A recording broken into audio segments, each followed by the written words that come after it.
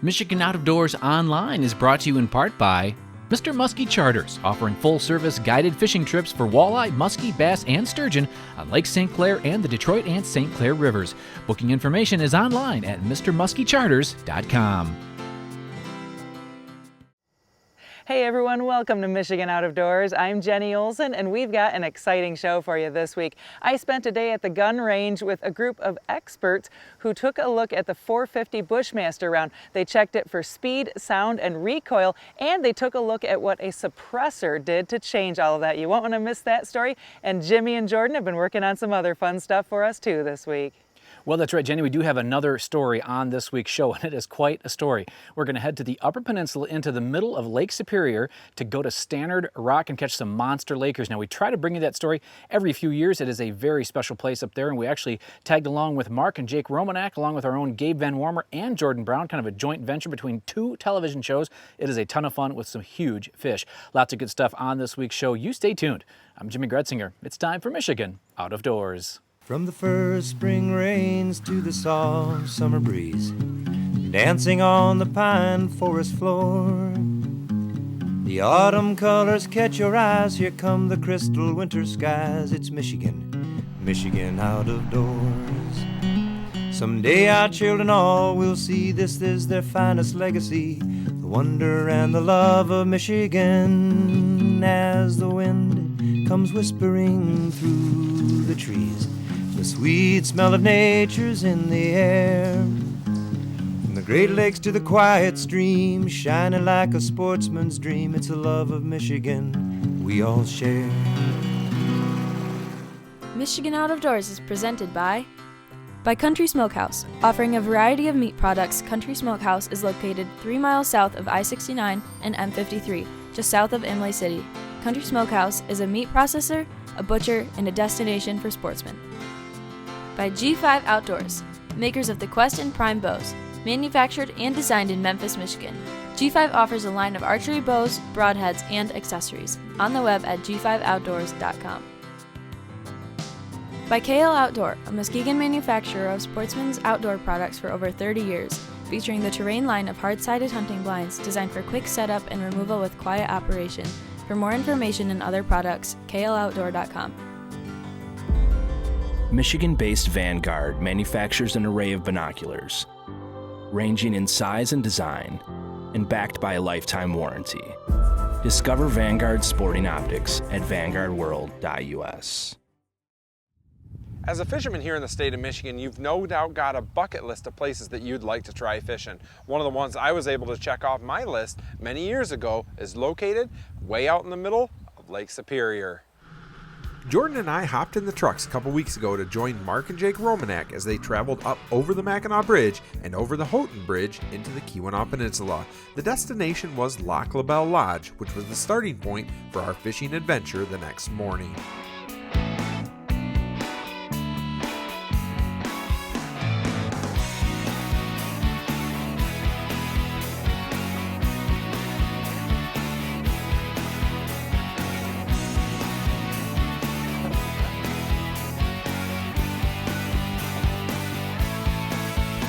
Well, we are in an iconic spot called Stannard Rock. And if you've never heard of Stannard Rock, you probably have never really studied lake trout fishing, because it's like the epitome of the best lake trout fishery that you can possibly imagine. And what makes it so good is lots of fish, big fish, but even better, you can catch them jigging in light tackle. And that's what the whole theme of today is going to be about, is trying to catch some lake trout on light tackle. Oh yeah, that's a little bit better fish. That's what I was talking about. You see that drag just sizzling. Oh man. You don't come out here with cheap tackle. You get these big trout on you. You need some quick hand. I tell you what, Dale, if it goes like this all day, we're going to be tired puppies. Well, you are. Well, I got a fast start on you, but you'll catch up quick. The water is so clear here, you can see them down there 20, 30 feet below the surface. And water tends to magnify fish, of course. And so does adrenaline. And I got a little adrenaline going right now, I can guarantee you that. What do you think of that, Dale? All right, now that is the start. Is that a Stannard Rock lake trout or what? Now that is a standard rock lake trout. My word. Oh, baby. Dale, what do you think of that? That is a dandy. Oh, man. Mark and good friend Dale Voice were off to a quick start in their boat as Jake and local guide Travis White were finding them as well, not far away. The thing of it is, it's just a long ways away from anything. We ran out from the Keweenaw Peninsula and it was 37.5 miles, which I believe is one of the closest points you can run out of. So it's just out here in the middle of nowhere. In fact, if you go straight that way, you go to Canada, it's 110 miles before you touch another shoreline. So it's really, really remote out here. But when you talk about big lake trout, beautiful scenery, it's got to be on everybody's bucket list. You know, Jake, I forgot to mention that paddle tail gave you. It's about 20 bucks a fish. 20 bucks a fish. We could go out poundage too. This one looks pretty good. Well, I tell you what, I'm going to charge you a gas surcharge at the end of the day and we'll call it even. We'll be right there. Oh, That's a big fish. That's a big fish. I just saw him. Jake, he came back to where he's supposed to be here. So. This is your 20, man. I think we might have done it. Yep. Look at that fish coming up. It's right here, Travis. Oh yeah, I'm ready. Look at that fish coming up. Jake, what a gorgeous lake this trout. This is a 40-incher right here. Wow, scoop that fish, Travis. There we go, Jake. Yeah, baby. Woo-hoo! Yeah, what a fish. Yeah, Jake. That baby's We just gorgeous. got it done. Wow. Wow. What a gorgeous lake trout, Travis. Nice one, Jake. You know what? That's the reason why you come all the way out here to Stannard Rock, to catch a big trout like this. And you know, in my opinion, when you think of big lake trout, a lot of times you think of deep, deep fish. We're in 35 feet of water right now with light tackle. And so if anyone ever tells you that lake trout don't fight, they haven't caught one on light tackle in shallow water. There's your proof. Look at these fins on this thing. That's just an absolutely gorgeous specimen. Well, I need a Facebook picture for this one, buddy. And then we're going to get it back because the day is young. You bet. And hopefully there's a couple more of these in our future.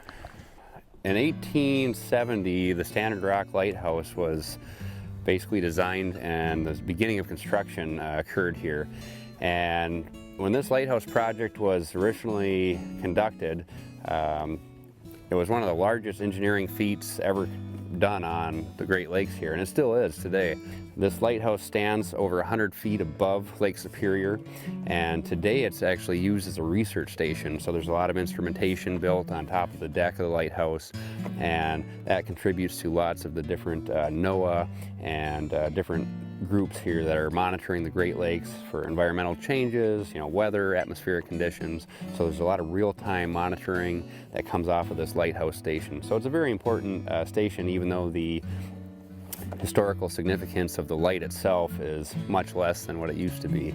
This lighthouse was manned right up until 1962, and there was actually an explosion that occurred out here. There was a crew of 4 guys, and one of them lost his life in that explosion. There was gas and propane down in the basement of this light station, and basically that exploded and took the top off of the station here. So that was rebuilt, and then everything was automated after that point.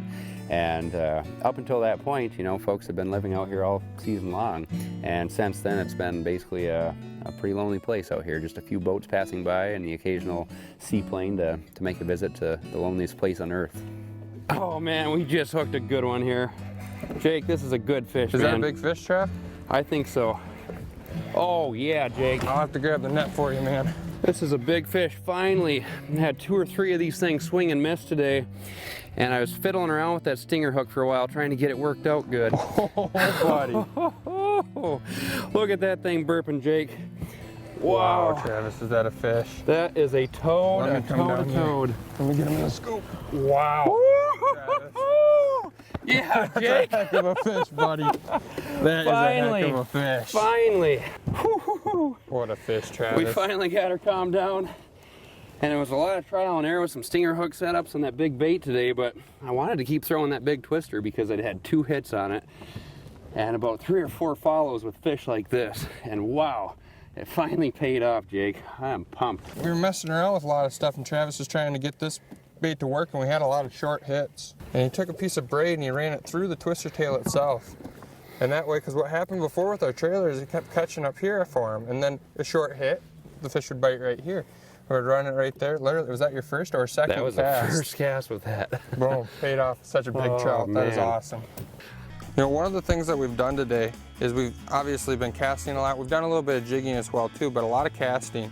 In the casting that we've done, we've added trailer hooks to our presentation because we've had a lot of short nips. And you wouldn't think about a fish, especially the size of this one right here, would just be nipping at it.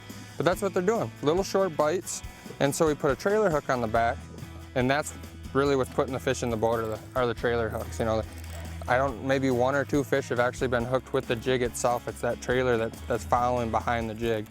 And I thought this was gonna be an easy fight, and it woke up in a hurry. He turned right around, didn't he? It's a good fish though. It's really hard to judge these things in the water. You know, I just haven't seen nearly enough of them to be able to judge them, but this one's gonna be, I would say, high teens for sure. Oh yeah. Judging off the size of it there when it literally bit. I mean, I might have had 10 feet on the line when it bit. It was right there at the boat.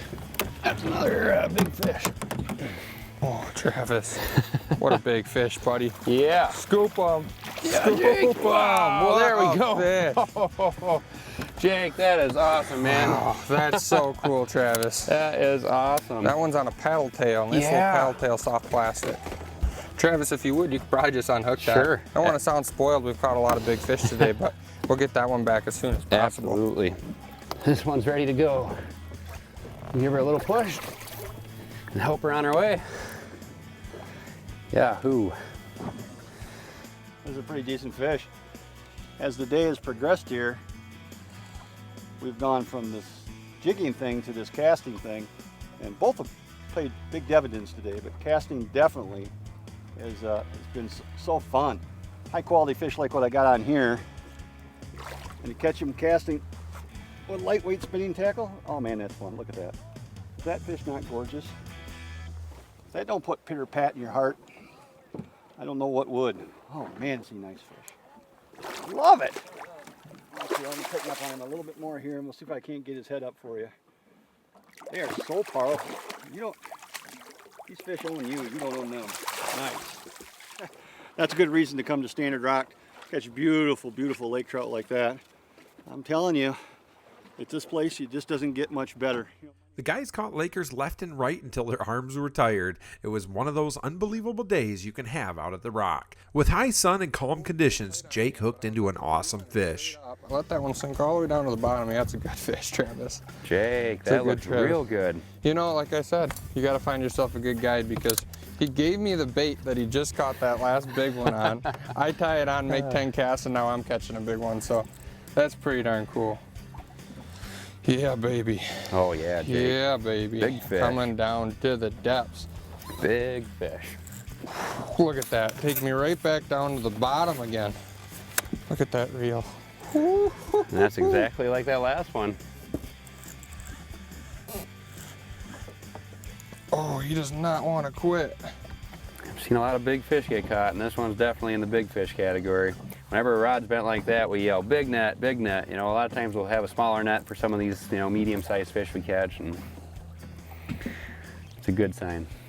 I just want to yell big net all the time, you know. Well, Jake, you only have one size net. You must only catch big fish, man. That's it.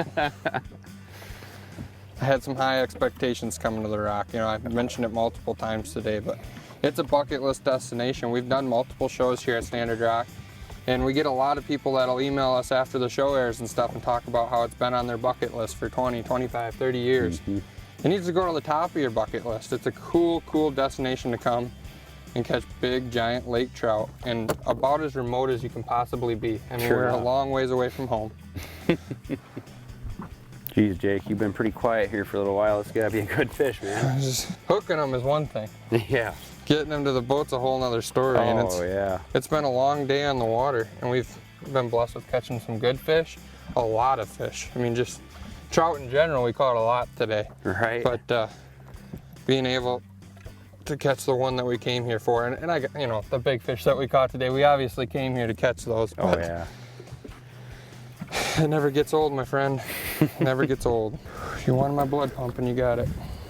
Look at this dinosaur, Travis. That's a big fish, oh Jake. My God, man. We gotta get this thing in there. Get him in there. Yeah! What a giant, Travis. That thing is massive. Jake.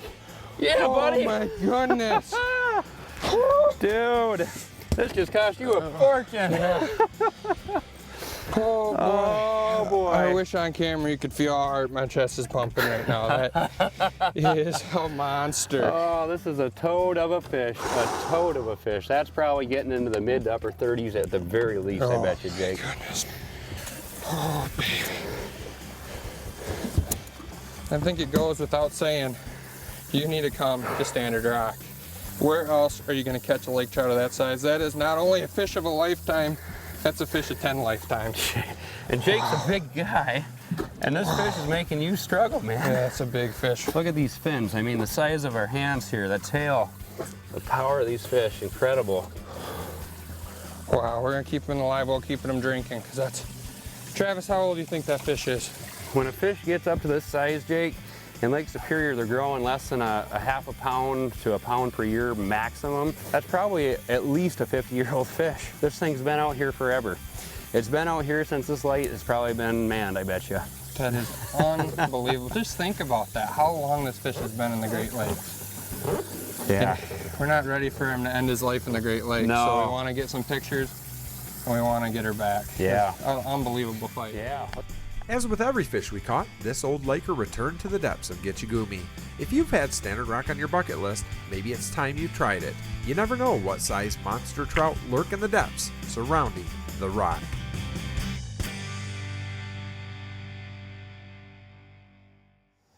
Well, we haven't talked about it much here on the show, but in February of last year, some legislation was passed that allows gun owners and hunters here in Michigan to use suppressors when out in the field.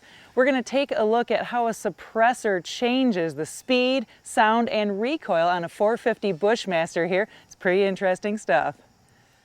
Okay, we're just outside of Howell here, and got Ken Kelly and the group from Peacemakers here, and we're actually proving some myths on a gun that we started only a short 7 months ago with this little rifle from Ruger. We started it out, of course, with you in Michigan Outdoors, and everybody kind of got to know that gun.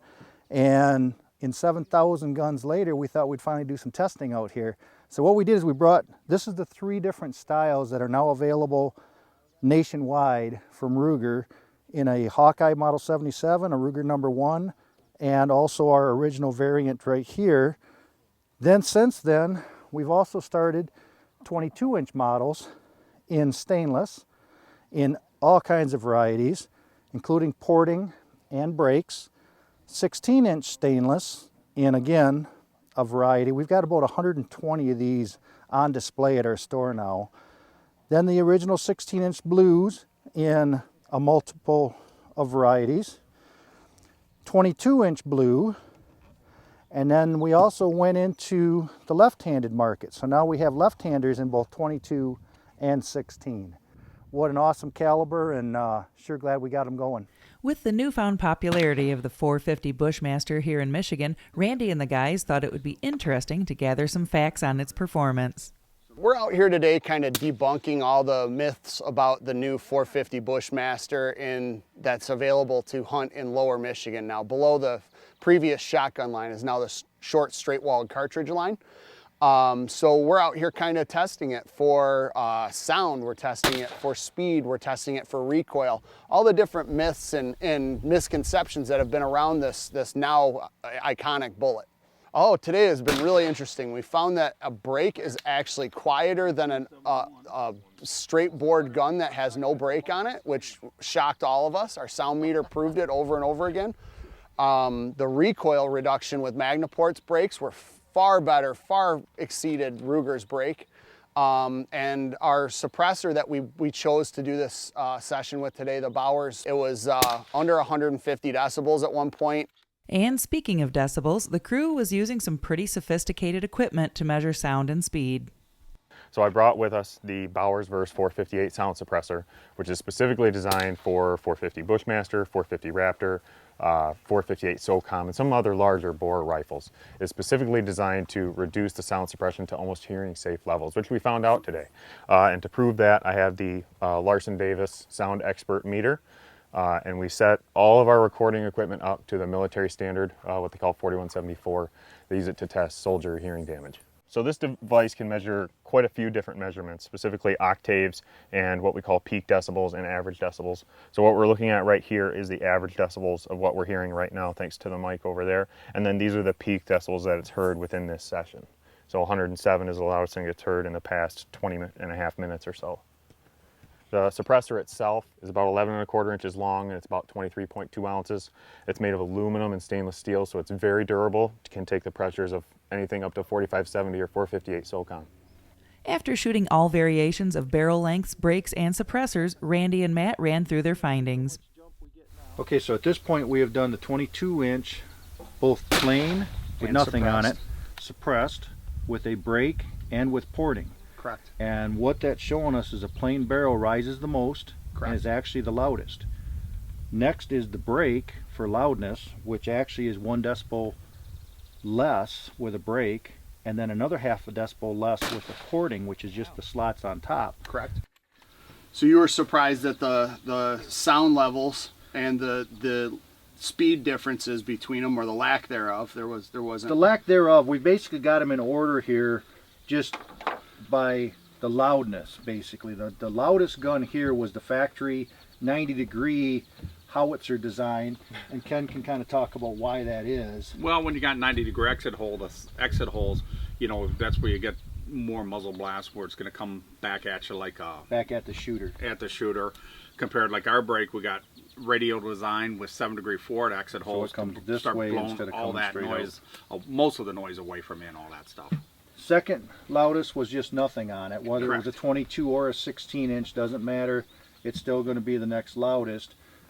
Speed meant nothing on any of these at all. The 22 is slightly faster. The 22 is faster by 80 to 100 feet per second. We did find that out, which is going to surprise the Hornady designers we've and been experts told and since the energy beginning. people. Yeah. This gun was designed for a 16-inch barrel, was what we were told. But we are getting a little more speed out of the 22, with or without anything. With the brake, that was middle of the road. That actually was quieter than these two. But the porting actually surprised us because that was the quietest. Because it diverts the least amount of gas, but it diverts it up and away from the shooter. Correct. And of course, this wins the cake with your design of what a suppressor does. Well, we chose the Bauer Verse 458 because it's the closest in diameter to the hole, just like Ken's Magnaport brake, and obviously the sound numbers showed that it was a the numbers performer. started out at 177 decibels here with the factory brake, 176.5 here, 174, just a hair less, about 3.3 decibels less, and then all the way down to the 150 bracket. Actually, 150.3 was our lowest, I believe, on the cam. We had a 149.4 on the 22-inch. Yeah, when we moved it to the 22-inch to get the extra performance, it actually gets quieter yet with that suppressor. So the longer barrel helps that. Not only helps the speed a little bit, it actually makes it quieter when you're using that. 100%. Suppressors are now available here in Michigan to all who qualify. So in Michigan now we have the advantage of shooting our seasons with a suppressor. We can hunt deer, waterfowl, squirrels, everything. All species hunting in Michigan as of February of last year is now legal for hunting with a suppressor of any type. We've found that the myths about a suppressor, they're not silent, so you're not going to see an increase in poaching with suppressors like you've heard in the past. You still know that a gun has reported a bullet, but at the same time, it's quiet enough to be ear safe in most scenarios. It reduces recoil, so for smaller frame shooters like women or children, it's a great tool to shoot with. It takes the fear out of the kick. The number one advantage, I would say, is that it makes the gun more accessible to more shooters, and it makes those shooters better to make a cleaner kill shot. In order to purchase a suppressor here in Michigan, you must fill out some paperwork and be cleared by the ATF, which typically takes 6 to 8 months. Once cleared, you can possess and hunt with your suppressor. There are hopes that in the near future, legislation will be passed to eliminate this requirement imposed by the National Firearms Act. We'll keep you posted on any changes in the law.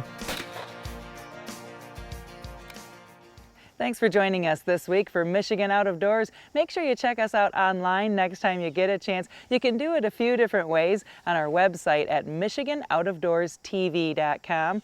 On our website, you can check out older episodes. This week's episode is up on our website. All of our recipes are there as well. Lots of fun stuff at MichiganOutofDoorsTV.com, or you can check us out on social media at Michigan Out of Doors TV. We're on social media every few days letting you know where we are and where we're headed next. Speaking of where we're headed next, we've got a lot of fun in store for you this summer. Well, make sure that you are joining us over the next several weeks. We've been out doing all sorts of stuff around the state of Michigan. Lots of brand new stuff coming, and it's hard to believe that the hunting seasons, well, they're just a few short weeks away. So get out and enjoy the last few weeks of summer. There is so much going on right now in our great state, and if we don't see you in the woods or on the water, hopefully we'll see you right back here next week on your PBS station. Michigan Out of Doors is presented by Greenstone Farm Credit Services, making recreational land ownership possible across Michigan and northeast Wisconsin. Begin your land financing journey at one of Greenstone's 37 locations or visit greenstonefcs.com. By Metalloid Firearms and Sports, developers of environmentally friendly firearm maintenance products for cleaning and protecting your firearms metal, as well as wood and leather components. On the web at metalloidfirearmsproducts.com. By the Michigan chapters of Safari Club International. For over 40 years, SCI has been protecting hunters' rights and promoting wildlife conservation here in Michigan and around the world. SCI chapter locations can be found on the web at firstformichigan.org. By the Michigan Petroleum Association and the National Oil Heat Research Alliance, advocating the advantages of oil heat for home and environment through products like BioHeat Oil, which blends biodegradable materials into a renewable fuel source. Learn more at oilheatamerica.com. Closed captioning provided by Marvo Mineral, makers of Lucky Buck, deer management products including minerals to supplement deer diets year-round to improve health and antler growth. When I wander far away, a dream stays with me night and day. It's the road that leads to my home state. I am a Michigan man. Changing seasons paint the scene like rainbow trout in a hidden stream. The white-tailed deer in the tall pine trees. I am a Michigan man.